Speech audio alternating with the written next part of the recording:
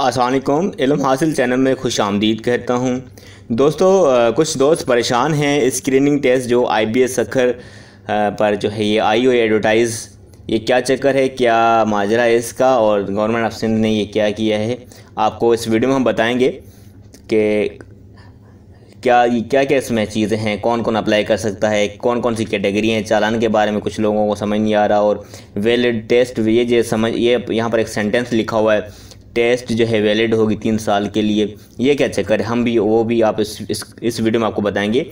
Video को and तक देखिए और स्किप मत कीजिएगा इसको, और चैनल को सब्सक्राइब करें। अगर आप हमारे चैनल पर नए हैं तो इसको सब्सक्राइब करना मत भूलिए, और कमेंट करके पूछ सकते हैं, जो भी आपके जहन में सवाल अराइज हो तो आप पूछ सकते हैं बिना दिक्कत के। ठीक है, तो बात करते हैं अपने पॉइंट पे। सबसे पहले आपको बताते चलें, जो स्केल है ये BPS बेसिक पे स्केल होता है, वो 5वें स्केल से लेकर 15वें स्केल तक है। ये तो आपकी बात जहन में आपको क्लियर हो रही होगी। स्क्रीनिंग टेस्ट जो होगी, यानी कि वैकेंसी जो इन्होंने अनाउंस करेंगे 5वें स्केल से लेकर 15वें स्केल तक।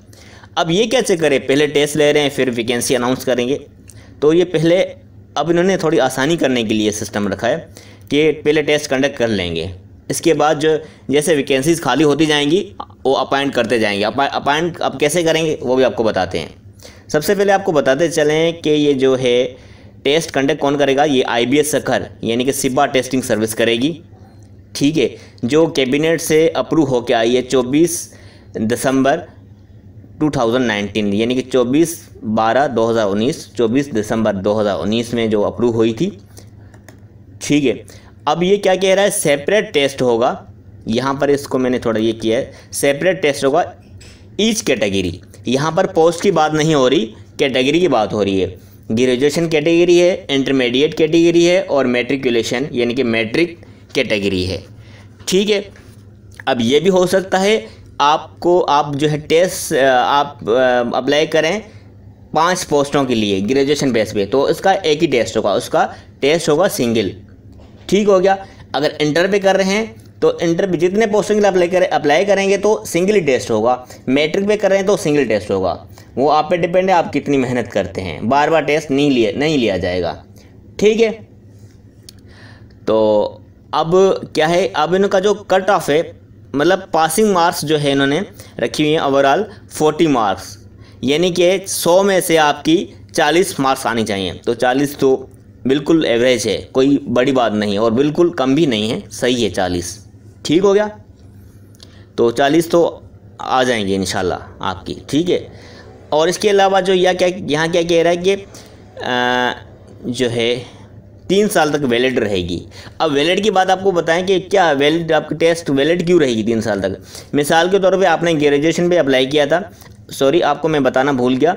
अब ये पोस्टें हैं किसी भी डिपार्टमेंट हो सकती हैं, चाहे वो एजुकेशन हो, चाहे हेल्थ डिपार्टमेंट हो, चाहे पुलिस डिपार्टमेंट हो, कोई भी डिपार्टमेंट में ये वैकेंसीज आ सकती हैं। उस पर आपका टेस्ट एक ही होगा, आपको किसी में भी अपॉइंट कर सकते हैं। उस पोस्ट के लिए आपने सिर्फ अप्लाई करना है, टेस्ट आपको नहीं देना। ठीक है, अब ये 40 का है और ये एक ही टेस्ट होगा, ये क्या चक्कर है, और वैलिड 3 साल तक रहेगी, ये क्या चक्कर है। तो मिसाल के तौर पे एक बार अनाउंस हुई थी 3000 सीटें, 3000 सीटें हो गई थी, लेकिन आपकी मार्क्स जो है वो 40 थी। आपने क्वालिफाई तो कर लिया था, लेकिन 3000 स्टूडेंट ने उन्होंने 50 से ऊपर उठा ली थी मार्क्स। ठीक है, मार्केट जो उन्होंने उठाई थी वो 50 से ऊपर उठा ली या 60 से ऊपर उठा ली थी। जाहिर सी बात है वो टॉप टू बॉटम जाएंगे। ठीक है, मिसाल के तौर पे पहले वाले ने 80 उठाई, दूसरे वाले ने 75 उठाए, तीसरे वाले ने, इस तरह चलते चलते 3000 तक वो सीटें पूर्ण हो गई, फिल हो गई। अब आपकी 40 मार्क्स में आप पास तो हैं, लेकिन आपको सीट नहीं मिली। क्यों नहीं मिली, तो आप 1 साल में नहीं हुए पास, फिर दूसरे साल में दूसरी आए हैं, हो सकता है 6 महीने में आ जाएं, लेकिन ये इन्होंने 3 साल तक उसका मुद्दा रख दिया कि 3 साल तक आप उस पोस्ट के लिए आप एलिजिबल हैं। आपका जो रिजल्ट होगा ना, आपका टेस्ट जो आपने अगर 40 मार्क्स यहाँ पर 40 से ऊपर उठा लिए हैं, वो 3 साल तक चलेगा। 3 साल तक आपने सिर्फ अप्लाई करना है, टेस्ट आपका हो गया। ठीक है, अगर आपने पास आपने कर लिया, 3 साल तक आपको इंशाल्लाह नौकरी मिल जाएगी। ये तो आपको बात मेरे ख्याल में समझ आ रही होगी, तो ये वैलिड वाला आपको कॉन्सेप्ट समझ आ गया होगा। मैं फिर से रिपीट करूँ, अगर आपने ग्रेजुएशन बेस पे अप्लाई किया है एजुकेशन डिपार्टमेंट में, 1 साल आप नहीं हुए अपॉइंट, क्योंकि वो 3 साल सीट पोस्टें थी, 3000 वैकेंसी थी, 3000 वाली फिल हो गई, आप पास तो हैं लेकिन उस साल में नहीं हुआ, फिर आपका दूसरे साल में उसी टेस्ट पे आप अप्लाई कर सकते हैं।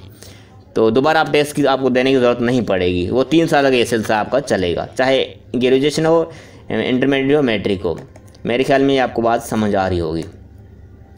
और इंटरव्यू टेस्ट हो IBS सखर लेगी, सेवा टेस्टिंग सर्विस। इंटरव्यू कौन लेगा? कंसर्न डिपार्टमेंट लेगा। जिस डिपार्टमेंट आप अप्लाई करें, चाहे एजुकेशन में कर रहे हैं तो एजुकेशन वाले आपसे इंटरव्यू लेंगे, हेल्थ में करें तो हेल्थ वाले आपसे वो इंटरव्यू लेंगे। ठीक हो गया। अब टेस्ट जो है वो कहाँ लिया जाएगा? टेस्ट आपका जो डिवीज़न है जहाँ पर उसके हेडक्वार्टर वहाँ लिया जाएगा आप टेस्ट, जहाँ आपका वो हेडक्वार्टर है, डिवीज़न हेडक्वार्टर। ठीक हो गया। अब एज रिक्वायरमेंट क्या है? तो दोस्तों कम से कम आपके 18 साल हो, ज़्यादा से ज़्यादा 30 साल हो क्लोजिंग डेट तक, यानी कि 30 नवंबर तक आपकी 30 साल ज़्यादा से ज़्यादा। और उसके अलावा एज रिलेक्शन भी गवर्नमेंट के रूल के हिसाब से 15 साल जो डिपार्टमेंट देना चाहे दे सकता है। ठीक हो गया। यानी कि अगर 15 साल मिलती है तो फिर 45 यानी कि 45 साल तक वो एलिजिबल है, इसकी एज जो है रिक्वायरमेंट उसकी पूरी है। तो कैटेगरी में बात करें, यहाँ पर उन्होंने कैटेगरी बताएं, एक है ग्रेजुएशन, दूसरी इंटरमीडिएट, तीसरी मैट्रिकुलेशन। मिनिमम क्वालिफिकेशन कम से कम क्या चाहिए? अब ये 14 और 16 ये क्या चेक करें? 12 साल तक आपने एंटर कर लिया, उसके बाद ये वाला क्या है 14, मतलब आपने BA किया, BCom किया। जो 2 साल की होती है वो 14 साल एजुकेशन होती है, जो 4 साल की जो 4 साल रहती है वो 16 ईयर एजुकेशन होती है, 16 साल एजुकेशन होती है, 16 साल। अब मार्क्स आपसे कितने ले रहा है? ये 45%। आपने अगर आपने BA किया है या BCom किया है, या आपने जो 4 साल की डिग्री की है, मिसाल आपने IT किया है, या आपने सोशल साइंस की है, आपने इंजीनियरिंग की हुई है, तो आपकी मार्क्स जो होनी चाहिए 45% होनी चाहिए कम से कम। वैसे तो उठा लेते हैं आराम से 60%, 45 इतना कोई बड़ा मसला नहीं है, आप इसके लिए परेशान होने की आपको ज़रूरत नहीं है।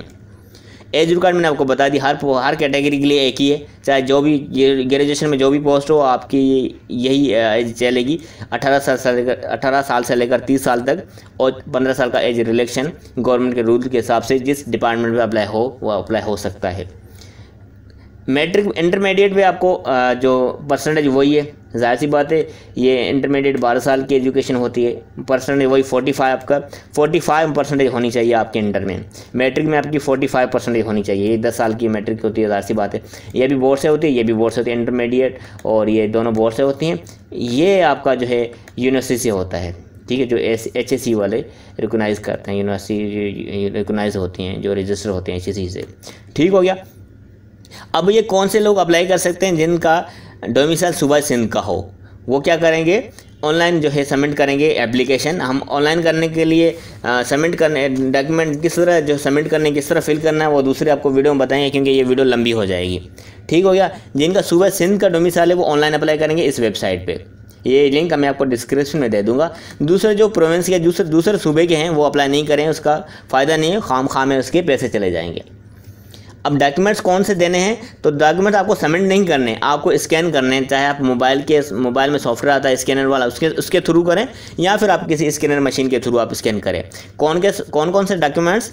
लास्ट डिग्री, जिस कैटेगरी के लिए अप्लाई करें, चाहे ग्रेजुएशन हो, चाहे मैट्रिक हो, चाहे इंटर हो, चाहे मैट्रिक हो, जिस कैटेगरी के लिए आप अप्लाई कर रहे हैं उसकी जो लास्ट डिग्री है वो आपको होना चाहिए, आप स्कैन होकर वो अपलोड करना चाहिए। अपलोड करने का तरीका हम अगली वीडियो में आपको बताएंगे।